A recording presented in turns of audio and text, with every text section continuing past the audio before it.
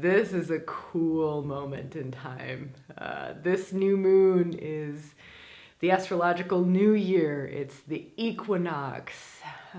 Pluto is changing signs just after this new moon. We have many planets in Aries, which is pioneering forward movement, new beginnings. Equinox brings equal amounts of day and night, light and dark, like that equilibrium piece. There is so much to explore and to dive in with the energetics around this new moon. And I'm gonna go with the same style that we went into in the last kind of embodied astrology conversation, where we're just gonna flow into it. And really my aim is to just constantly hold this line of what serves the moment, what serves the moment, what serves the moment, what serves the moment. And so I want to give you everything I can around this moment in time, around how you can get the most out of it, around things that will be powerful to reflect on, to put your energy toward, to put your focus toward, to put your kind of your life force into, you know, what makes sense, what might be more like fighting up against something that we could maybe just wait a couple weeks and then it will be a really great time for that. As always, this is just an offering, right? This is just a bunch of stuff to feel into. I invite you to let it touch you how it touches you, even if that touch is a strong no, right? That's sometimes just as valuable or even more valuable as a strong resonance, right? A strong no, not to put my energy into that. But this one feels really good, right? So it's almost like this multiple choice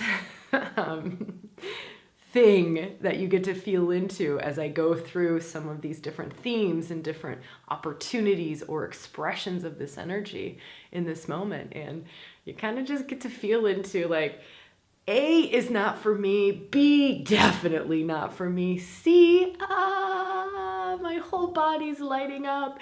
Yes, that's for me.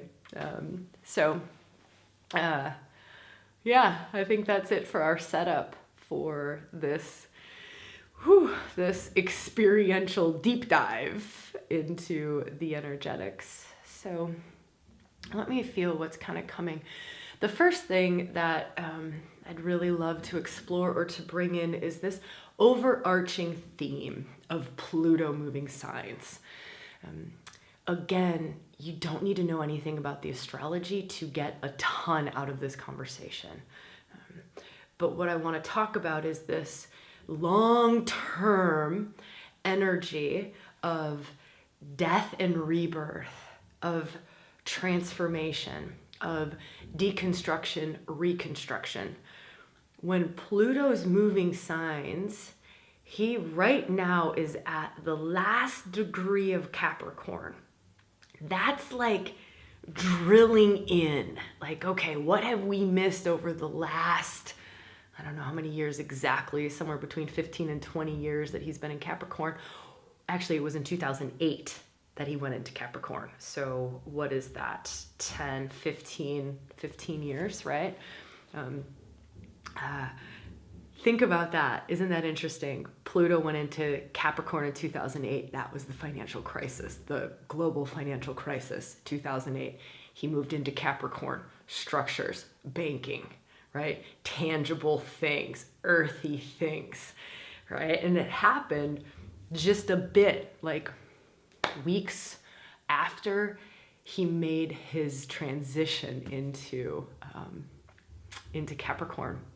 So oftentimes when Pluto, which is a very slow moving planet, makes that transition, something profound will happen, something big will happen in the energetics of that kind of new sign that he's moving into.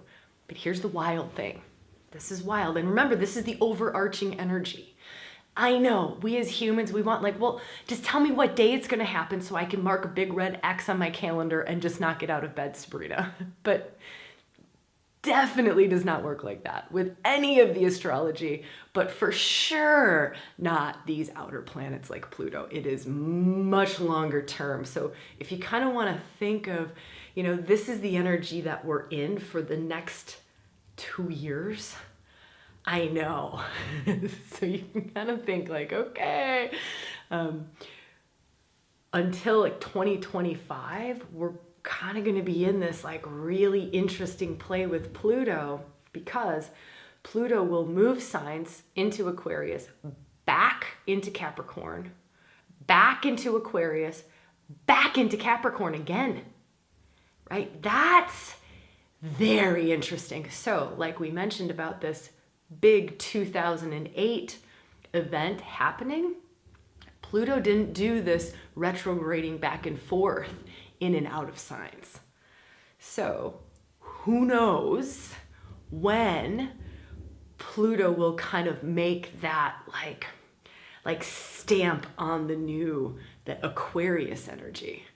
So let me just give you a couple things to feel into. If at the start of Pluto going into Capricorn, it was all about finances, banking, right? I mean, that was rough. Mortgages, interest rates, banking, the 2008 here in the States, right? Like it had to do with all of those like horrible loans that were given out, right? All the dodgy stuff, all the hidden stuff, the corrupt stuff, the misuse of power stuff, that's all Pluto, right? All of that to do with financials, to do with banking. Now what are we seeing? We just watched banks in America collapse. This is now Pluto exiting the sign. Last degree exits on the 23rd, right after this new moon.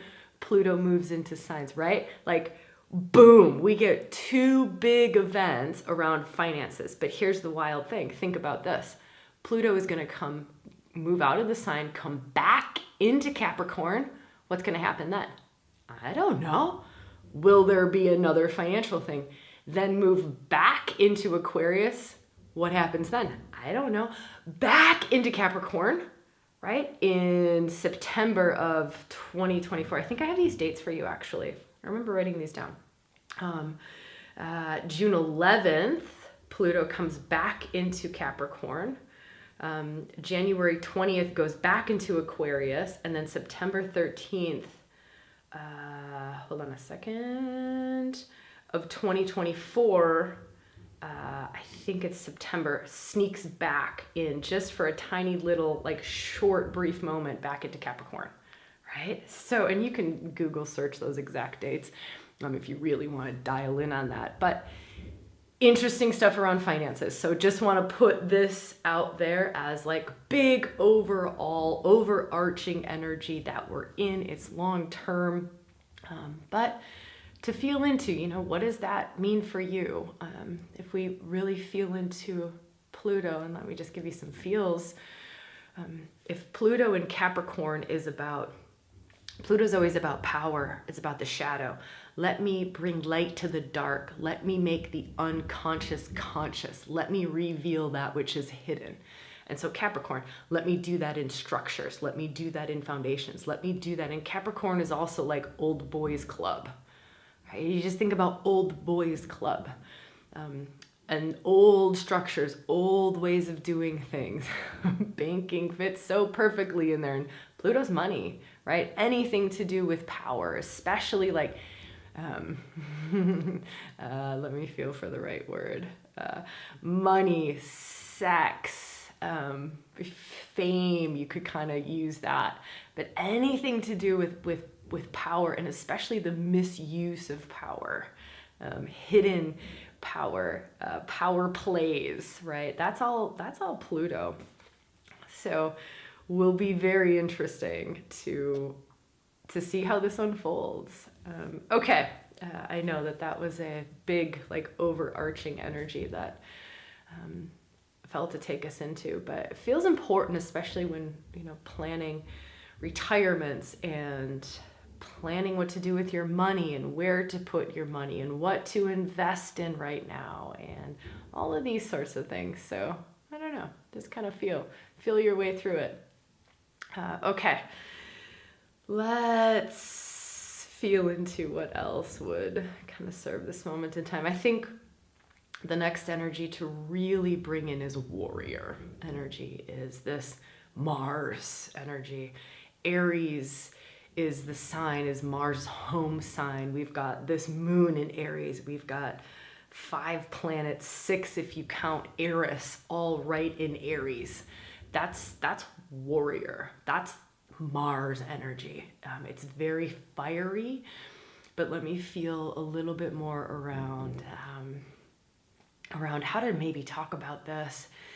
There's also this piece around Mars has been conjunct Neptune. Mars has been in his shadow. Mars has gone retrograde and then took a really long time, like 8 months in Gemini, to come out of shadow territory where he had originally started to go backwards. So Mars coming out of shadow, that happens, couple days after this moon.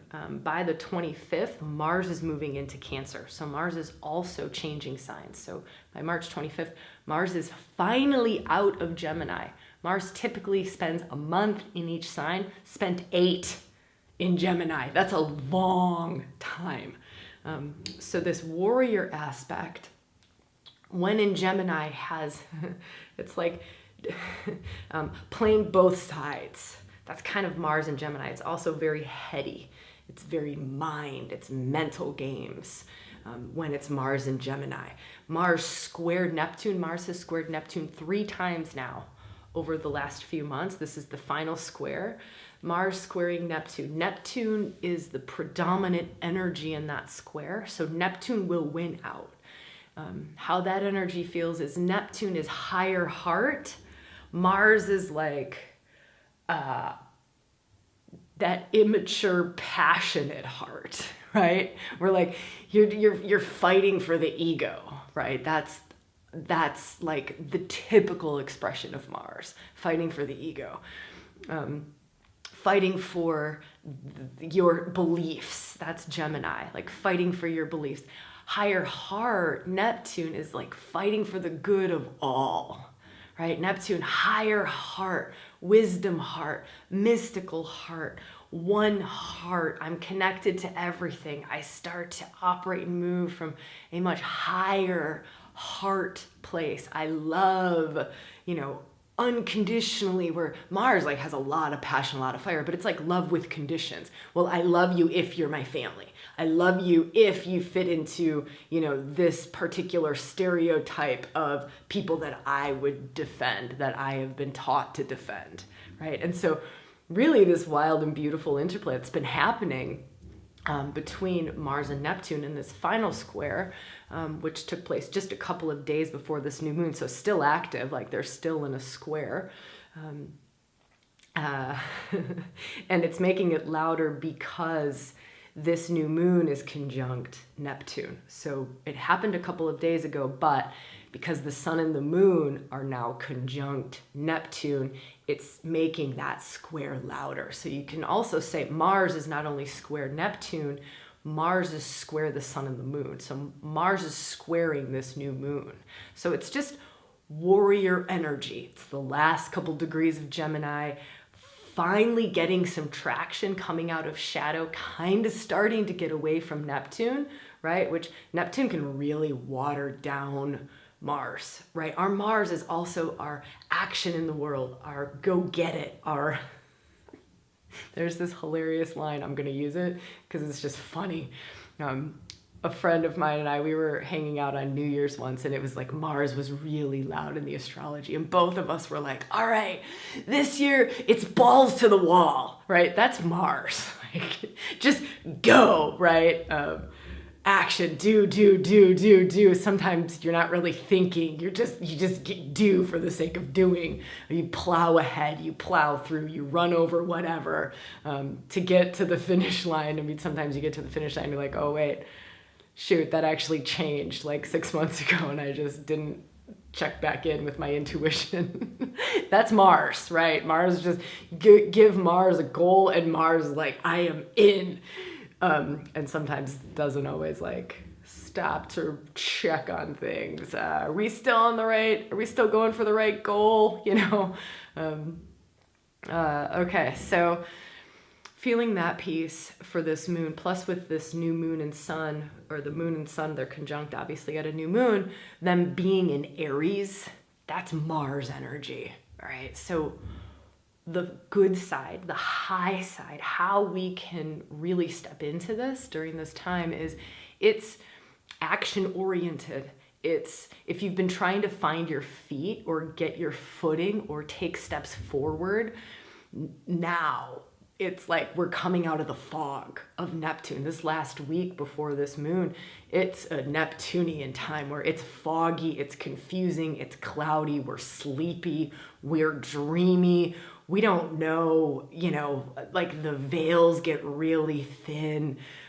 We're not sure like what action to take or what steps to take because we're kind of like reality seems to be playing tricks on us. That's Neptune energy, and that's Neptune in Pisces, and sun and moon just came out of Pisces. Mercury was in Pisces, like all conjunct Neptune. Like this was so Piscean, Neptunian, which is beautiful because it's extremely mystical. So meditations were most likely off the charts. Spiritual practices. You may have just fallen into spiritual practices with zero efforting, right? It's like you're having a conversation and suddenly you're in the deepest meditation that you've ever been to, and you're actually talking to your mom, and you get off the phone and you're like, wow, that was one hell of an awakening experience. That is the high side of Pisces and Neptune and kind of this energy that we were just in. We're coming out of that. Here's an opportunity. You ready for it? This is advanced opportunity. Use the word advanced and seems to make everyone always want to like, ooh, advanced, I'm in. But always just go with this if it feels true for you. But what if you could take spiritual insights, and just before this moon happens, it's a really great time. Even during the new moon, you could do this, but that Aries energy is going to take you forward. Like it's going to propel you forward fast. It's going to put you into do mode. And what the warning here is don't do just for the sake of doing. That's kind of the shadow side of Aries, of Mars, like just do for the sake of doing. And then, you know, when everything changes signs again, then we'll look back and reflect and go, oh, okay, I think I just wasted a lot of energy. So here's the advanced opportunity. Should you choose to accept this mission? No. Oh man, I'm goofy. All right, so feeling this Mars piece, and sorry, not the Mars piece, but this moving from Pisces mysticism into Aries. Can you bring mystical insights, spiritual knowledge, intuitions that you had or have, soul truths, soul callings, sacred callings, right? Whatever you fit into this category of your spirituality, right? Your spirituality. And now it's like putting your spirituality into action, putting it into forward motion, right? It's like, I'll just give you this example. The last month have been deep in mystery school, right? We've had mystery school, the threefold path, uncovering dragon line, uncovering mystical union, really working with, it's probably the mystery school of the alchemists. I mean, really, that's what we really stepped into, was becoming alchemists. It's all alchemy. What needs to open up inside of self to become an alchemist? We all have that potential. But to be in this mystery school and this energy very mystical energy, very like veils are so thin, tapping into psycho-spiritual power so easy, just whoosh, it's right there. It's almost like so much that you can't even channel it in all the way. Like it's so much that you would burn up trying to bring it all into something. It's just that much of the floodgates are open. And now it's like, okay, this, the doors have all been opened. The insights have come. The teachings have come through. The energies have come through, right? So feel into this for yourself in whatever way, or just give me a chance to finish the story and then kind of reflect on it possibly. But it's all coming, like the body of work has come in. And now with everything moving into Aries, it's like, and now how do we take that forward, right? What came in for you over the last month, and now how do you take that forward?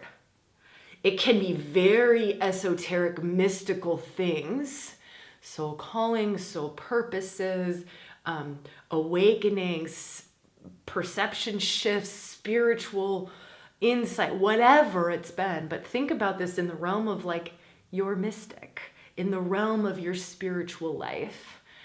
And how can you take it forward? Like really and truly, how can you take it forward? That's Aries energy. That's this new moon, new beginning, new chapter. Now we get our feet beneath us. We get to move forward. We get to make things happen. It's doing energy. It's make things happen. It's warrior energy. Like, what is it that I want to put my fire behind? So previously, Pisces season, probably not a whole lot of fire, a lot of mysticism, a lot of expanded mind, a lot of expanded thinking, probably not a whole lot of fire, all right? Probably not a lot of dreaming, a lot of meditating, a lot of altered states, probably not a whole lot of action or forward motion or tangibly creating necessarily, right? And so I'll just finish up this example. Now there's just this really big energy of, okay, this whole body of work came in, like 20 hours, probably 30, 40 hours maybe of content came in, of teachings, of information, of experiential explorations for this mystery school, right? Like 30, 40 hours, right? Huge. This whole path, whole body of work came in. And it's like, 150 people went through that mystery school or are still going through that mystery school. And it's like, wow, that's amazing. It's amazing that this exists in the world now, that 150 people have been able to open up to the dragon line, have been able to really open up to the psycho-spiritual powers within that lead to alchemy, that lead to becoming an alchemist, have really opened up to what mystical union is, the powers of consciousness and the powers of life force and how to channel life force and consciousness in together to create a third energy, right? All this stuff that I've been talking about in the last couple of episodes. And it's like, okay, with Aries, now how do we take that forward? How do we take that forward? All this stuff that came in Pisces season, in mysticism, right? In our spiritual lives, how do we take that forward? And, we're talking about that. We're working on that. Some of these podcasts right now are kind of taking that forward. We're putting in, kind of pushing into the new. So that's also Aries, is pushing into the new. We're pushing into new ways to take this out into the world. We're pushing into new ways to offer these practices or this body of work or, ways to get these transmissions. That's Aries, pioneering, pushing forward, bringing it in and taking it forward, right? Okay, so that's something to think about, right? But really just take some time and reflect on that. If there's one thing to do in this energy, it would be really honor that this is a new year. This is the energetic new year. January 1st, that's just fluffy la-la, a bunch of humans creating that stuff. And yeah, human consciousness has extraordinary power, right? We all get swept up in waves of collective consciousness thinking all the time. So let's not pretend like January 1st doesn't have some power in it, right? The power of human consciousness is enormous. And that New Year's, I bet you, will probably feel stronger to you than this New Year's, but maybe on different levels. So what if you got to a deeper, more intuitive level, right? And you felt into the stars, into something greater, not so plugged into human collective consciousness, which I know we're plugged into all the time because we're talking, we're looking at social media, we're looking at the news. So just unplug for a moment. Plug into something greater. Plug into some other rhythm beyond just collective consciousness, right? Plug into the rhythm of the moon. Plug into the rhythm of the planets. Plug into something greater. You will be amazed. You will be amazed at what happens when you do.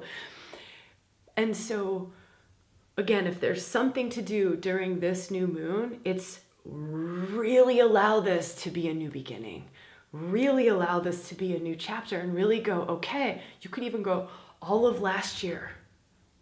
Really and truly, because we're in these, of course, we're in this little new moon cycle, right? 28-day cycle, little new moon cycle, but we're also in this astrological year cycle, 12-month cycle. We're also in this Pluto cycle. I mean, and we're also in many, many, many other cycles, but just to, kind of give us some perspective on this. So it's not just, well, what's a new moon ritual, Sabrina? I want to know just what to do on the new moon. I love that shit, right? I love that shit. I'm in.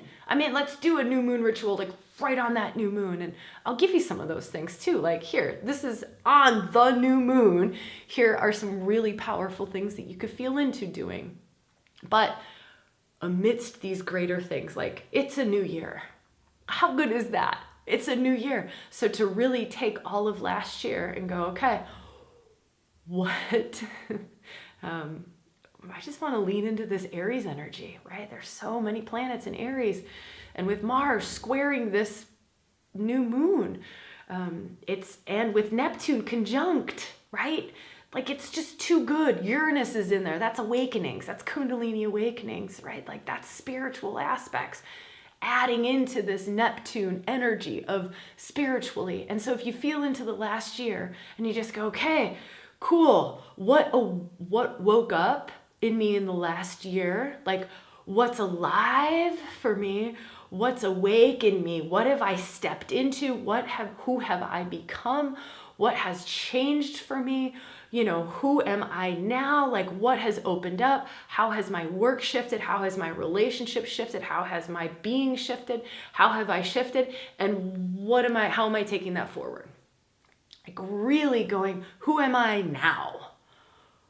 What has been created in my life now? And then how do I want to take that forward?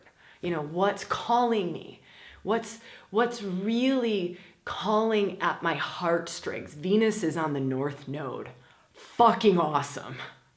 Calling, pulling, tugging at your heartstrings. This is one of the greatest things you could do during this new moon. Talk about a ritual. Here's a ritual to do on the new moon. Let Venus, North Node, because North Node is future visions. That's your highest potential. That's your true north. And Venus being there, it aligns our heartstrings, our heart longings, to really merge with our highest potentials, our true north, our soul callings, our highest path forward, our destiny, right? Our destiny. So I would do meditations on the heart. I would do meditations where my heart energy, Venus, right? Venus, the heart, my love, my longings, my yearnings. Let my heart get very, very involved. Let my heart really merge with something higher than me, with my higher self. However you want to do these meditations, you can merge with your higher self. You can, there's many ways of doing it, but we'll just do that simple one. Just call in your higher self, right? Or call up your higher self, wherever the heck your higher self comes from, doesn't matter. There's many different ways to do this, but call in your higher self, let your higher self merge with your heart, and then feel into what's calling my heart. What's got my heart? What's got my heartstrings? Like for me personally, it's like, does getting a new puppy have my heartstrings? Does moving off the dragon line pull at my heartstrings? Right? There is a place, a new place, a new sacred site, I'm guessing. I don't know what it is.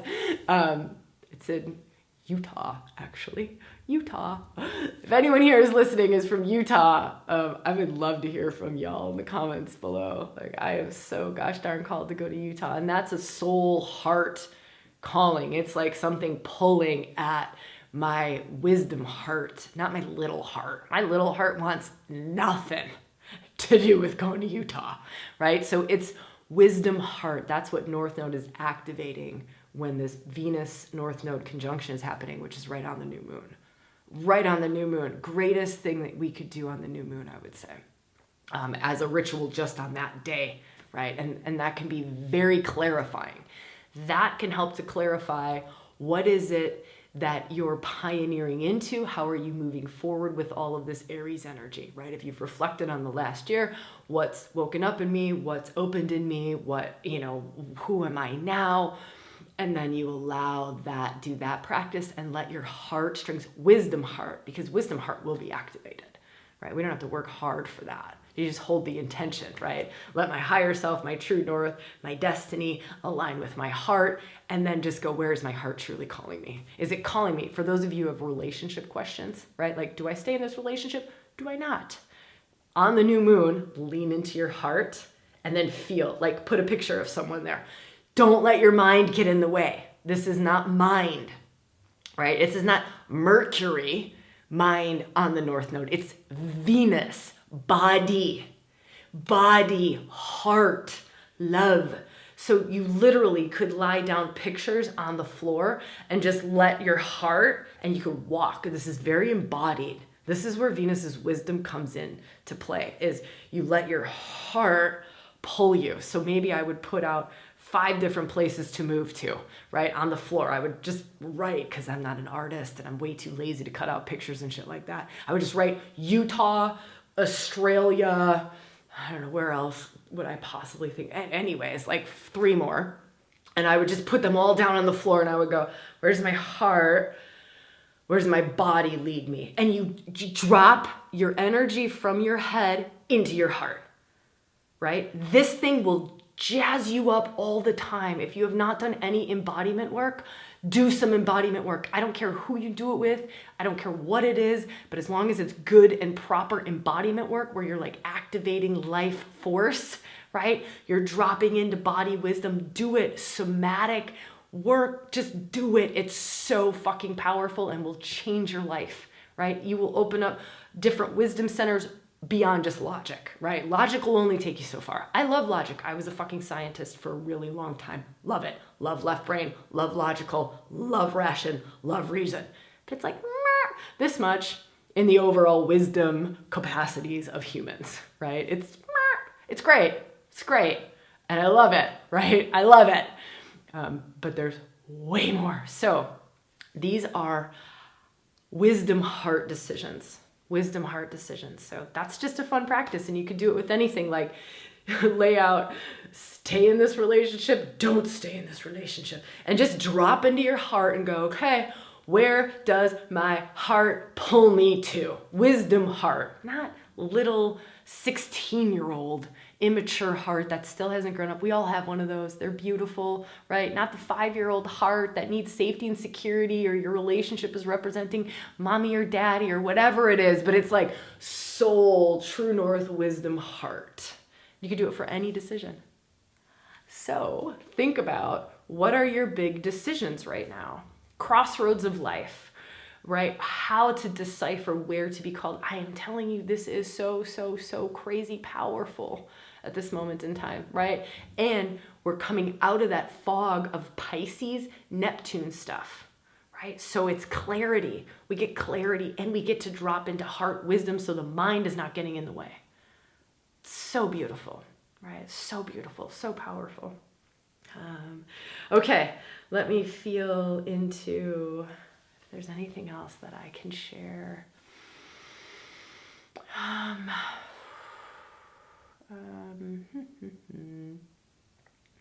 Just give me a moment, sorry. I get all fired up when a really beautiful practice like that comes in and just absolute clarity around something. Let me feel into some other new moon rituals. Some new moon rituals that could be good. Vesta is also in the sign of Aries right now. Aries is fire, right? So it's fire. If you feel like your inner flame has gone out, or you feel like you've been swamped out, or you feel like you just feel like you haven't had your inner spark, that inner fire, that inner flame, that's a beautiful practice or a beautiful ritual for this new moon as well, is to candle gaze, right? And candle gaze with whatever intention really pulls at your heartstring, right? Because it's all about North Node. It's all about true North. It will pull you right to your destiny. And you just feel, where does your heart, what does your heart want to hold as an intention as you candle gaze? Like, I'm candle gazing, and actually I'm really called to work with the flame. So Vesta is sacred flame. She's keeper of the sacred flame, keeper of the inner flame. Also, there's a capacity in Vesta that burns away the false and really illumines the true. And so that could be something you hold as an intention when you're just working with fire. And it's kind of like reigniting that fire. And that's part of what Aries season will do in all of these shifts into Aries, is just reignite that fire within. And so that could be a really powerful practice of burn away the fog, could hold that as an intention while candle gazing, burn away the confusion, ignite or further ignite my inner flame, point my inner flame in the direction of my highest unfolding, right? Get creative. But fire is a really good element, the best element to work with. As a general suggestion, of course, we're all incredibly unique and incredibly different, and there might be something else for you to work with, but just something to feel into. Let me feel. I want to talk a tiny little bit more about Mars going into Cancer. So on the 25th, just after this new moon, on the 21st, Mars will move signs into Cancer. That's, for some of us, we'll really feel that shift because Mars has been in Gemini for so long, like 8 months, and we've almost forgotten that Mars has any other expression other than, the battling twins, which is Gemini. And they don't have to be the battling twins, but that's kind of how it sometimes feels, is like just really holding duality. Do this, no, change your mind and do this. No, how about this one? No, this one. And there's really amazing gifts with Gemini as well. But Mars moving into Cancer, let me feel for this. It's like the warrior who fights for their home, the warrior who fights for their family, the warrior who feels deeply, who feels deep emotions, who really goes internal, reflects on things, sometimes has a hard shell, like the hard armoring, but inside is like soft and gooey. That's where Mars is moving into. Mars is moving in to Cancer. And just because of Mars's, let me feel for a moment. It's just prominent.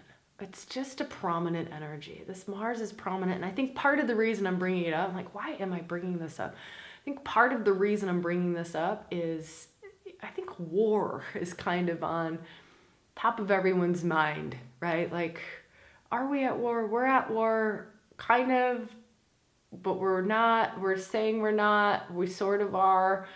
That's kind of Gemini-ish.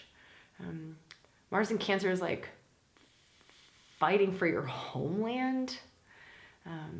It's water sign, so it's not all this like mental chitter chatter. Gemini is also communication, right? Very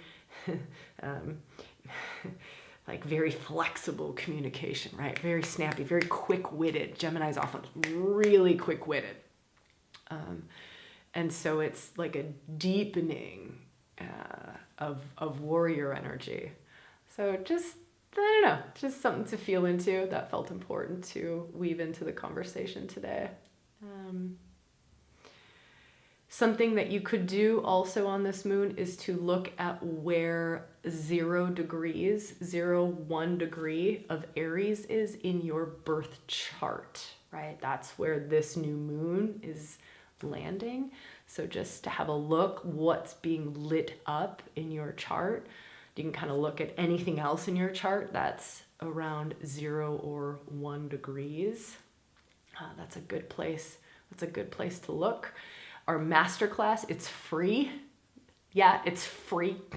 I think it's 90 minutes. And it's me showing you how to run a free birth chart, right? On a website, online, you just go to the website, you can run your free birth chart.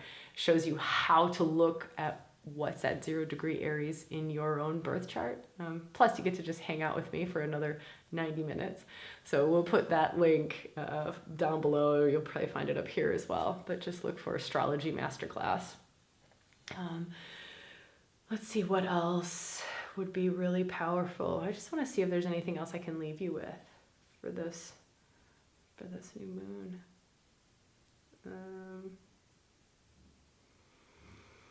I would also just say there's this grace. There's an extraordinary amount of grace. It might not be very apparent, but it's like this grace in the background, right? So just, if you were to just feel into like sparkly, high vibratory kind of grace in the background. And yeah, it might be like gritty right here, what we're, kind of, that's right in our face. Pluto in that last degree, that's gritty, Mars warrior stuff, that can be real gritty. Like there's some gritty stuff. Saturn just changed signs, that can get gritty. And so if we just were to move away from what's just right in our face and to just kind of feel into the overall grace, right? Like this overall grace of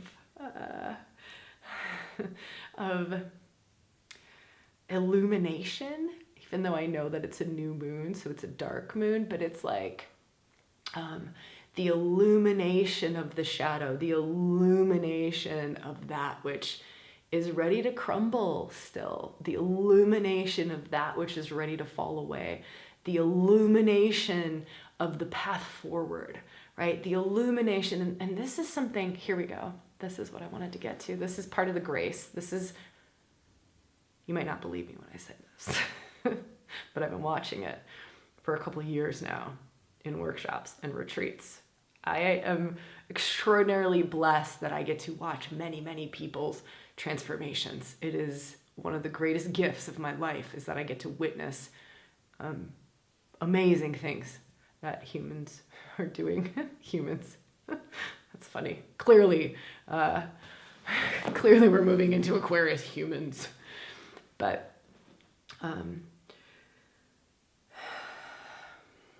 here it is.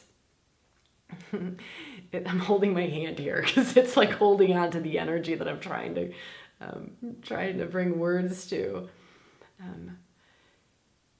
We don't have to stay stuck in the old as long as we think. We don't have to go as deep into shadow territory to transform things. We don't have to get nitty gritty. We don't have to fight. We don't have to take a long time to do something, to wake up or to change or to shift our consciousness. It doesn't take as long as we might still think it takes. There is this extraordinary capacity to move a lot faster, to wake up a lot quicker, to open our hearts, to come into higher states of consciousness, to love and to live from that place, to create from that place. There is a quickening. This is part of like what I was tapping into, and I was feeling into that grace. And then when I was saying, you know, feel into the grace, but there can be some stuff right here that's right in front of our faces. Don't get stuck there. There are trappings. They're trappings. I know. Trust me.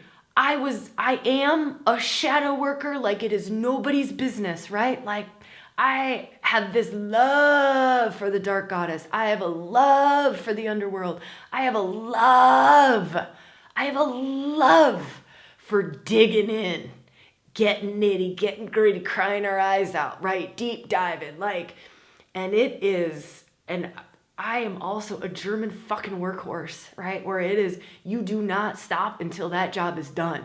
And when you think you're done, dig a little fucking deeper because you're probably not done yet, right? Like, that's kind of all of ReWilding was built on that. Isn't that crazy? It's crazy. And here I am saying, there's another way. What? There's another way. There's another way to healing. There's another way to waking up. You know, all those posts and all that stuff about, waking up is not what it's cracked up to be. It's so fucking shit and it's horrific and there's dark nights of the soul. I'm not saying that there aren't challenges. There are, for sure. But it's not what it used to be. And many of us we still have a foot in the old paradigm. We're still kind of assuming it's going to take longer, or we're still, maybe we're not even assuming, we're not even conscious necessarily, but there's quicker, there's more rapid. And it's just, where are you focused? Are you focused on the tough stuff that's right here? Or are you focused on this path forward? I'm telling you, the greatest thing that you can do that will lead to deep healing, ultimate transformation, is to focus on that path forward. Not kidding.